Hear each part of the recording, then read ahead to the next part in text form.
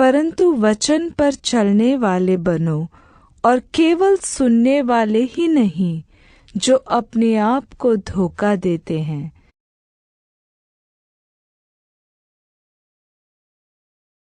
वह लोगों को विदा करके प्रार्थना करने को अलग पहाड़ पर चढ़ गया, और सांझ को वह वहां अकेला था। उस समय नाव झील के बीच लहरों से डगमगा रही थी, क्योंकि हवा सामने की थी, और वह रात के चौथे पहर झील पर चलते हुए उनके पास आया।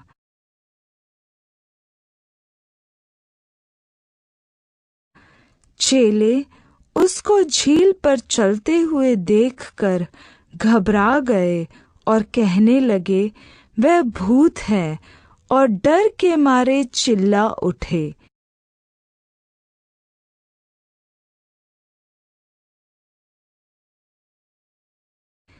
यीशु ने तुरंत उनसे बातें की और कहा, धैर्य रखो, मैं हूँ, डरो मत। पतरस ने उसको उत्तर दिया, हे प्रभु, यदि तू ही है तो मुझे अपने पास पानी पर चलकर आने की आज्ञा दे।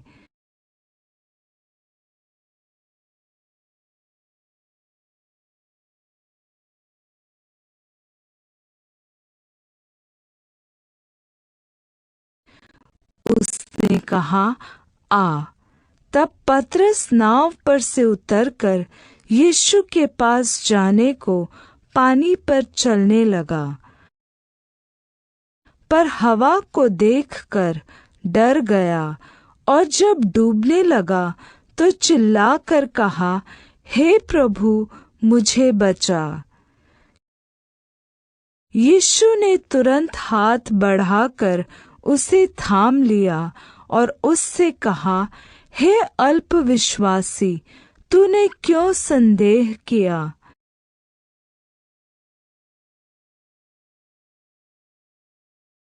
भोर को जब वह नगर को लौट रहा था तो उसे भूख लगी, और अंजीर के पेड़ को सड़क के किनारे देखकर वह उसके पास गया, और पत्तों को छोड़ उसमें और कुछ न पाकर उससे कहा, अब से तुझ में फिर कभी फल न लगे। और अंजीर का पेड़ तुरंत सूख गया। यह देखकर चेलों ने अचंभा किया और कहा, यह अंजीर का पेड़ तुरंत कैसे सूख गया? यीशु ने उनको उत्तर दिया, मैं तुमसे सच कहता हूँ, यदि तुम विश्वास रखो और संदेह न करो, तो न केवल यह करोगे जो इस अंजीर के पेड़ से किया गया है, परंतु यदि इस पहाड़ से भी कहोगे कि उखड़ जा और समुद्र में जा पड़, तो यह हो जाएगा। और जो कुछ तुम प्रार्थना में विश्वास से मांगोगे, वह सब तुमको मिलेगा।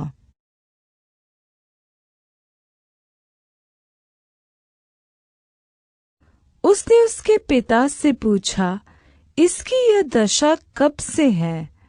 और उसने कहा, बचपन से। उसने इसे नाश करने के लिए कभी आग और कभी पानी में गिराया, परंतु यदि तू कुछ कर सके तो हम पर तरस खाकर हमारा उपकार कर।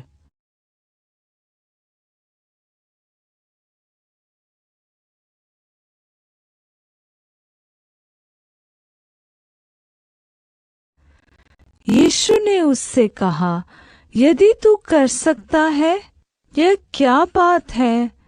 विश्वास करने वाले के लिए सब कुछ हो सकता है।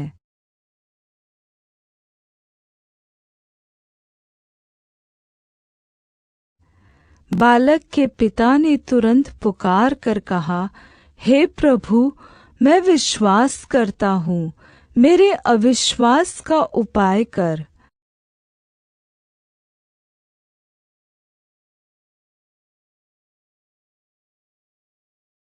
और 11 चेले गलील में उस पहाड़ पर गए जिसे यीशु ने उन्हें बताया था,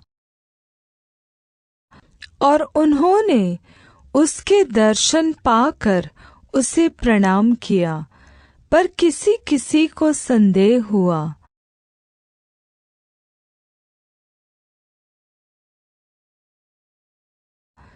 यीशु ने उनके पास आकर कहा, स्वर्ग और पृथ्वी का सारा अधिकार मुझे दिया गया है।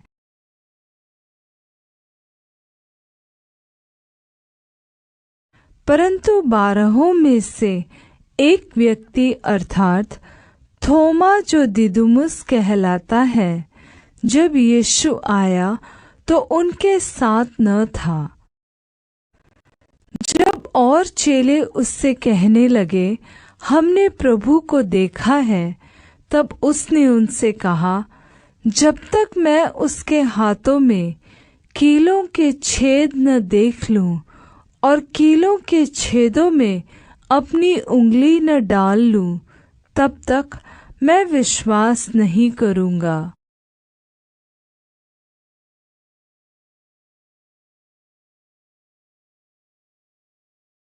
आठ दिन के बाद उसके चेले फिर घर के भीतर थे और थोमा उनके साथ था और द्वार बंद थे। तब यीशु ने आकर और बीच में खड़ा होकर कहा, तुम्हें शांति मिले।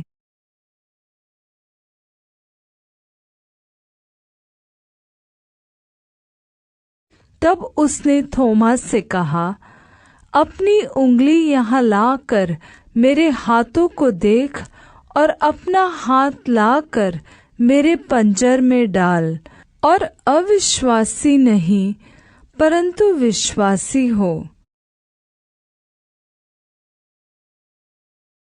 यह सुन थोमा ने उत्तर दिया, हे मेरे प्रभु, हे मेरे परमेश्वर। यीशु ने उससे कहा, तूने तो मुझे देखकर विश्वास किया है। धन्य है वे जिन्होंने बिना देखे विश्वास किया।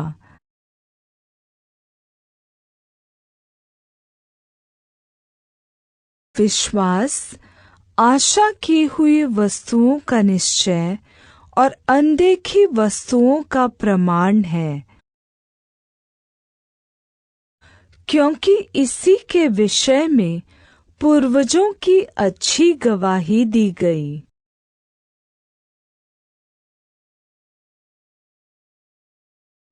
विश्वास ही से हनोक उठा लिया गया कि मृत्यु को न देखे और उसका पता नहीं मिला, क्योंकि परमेश्वर ने उसे उठा लिया था और उसके उठाए जाने से पहले उसकी यह गवाही दी गई थी कि उसने परमेश्वर को प्रसन्न किया है।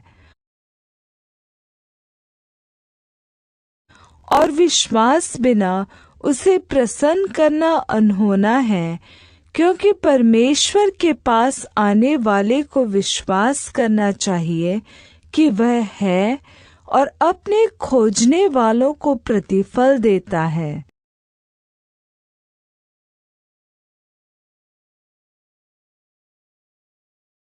हे मेरे भाइयों, जब तुम नाना प्रकार की परीक्षाओं में पड़ो तो इसको पूरे आनंद की बात समझो,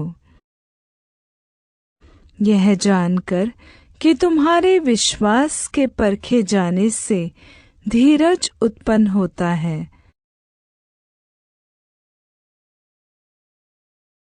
पर धीरज को अपना पूरा काम करने दो कि तुम पूरे और सिद्ध हो जाओ और तुम में किसी बात की घटी न रहे।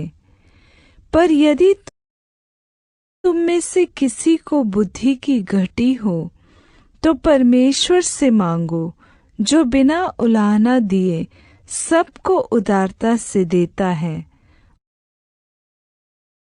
और उसको दी जाएगी। पर विश्वास से मांगे और कुछ संदेह न करे, क्योंकि संदेह करने वाला समुद्र की लहर के समान है, जो हवा से बहती और उछलती है।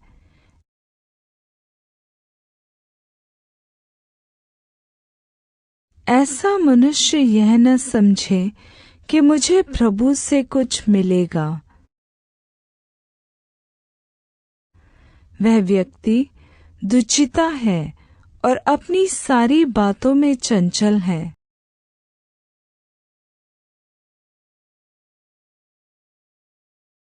परंतु वचन पर चलने वाले बनो, और केवल सुनने वाले ही नहीं, जो अपने आप को धोखा देते हैं।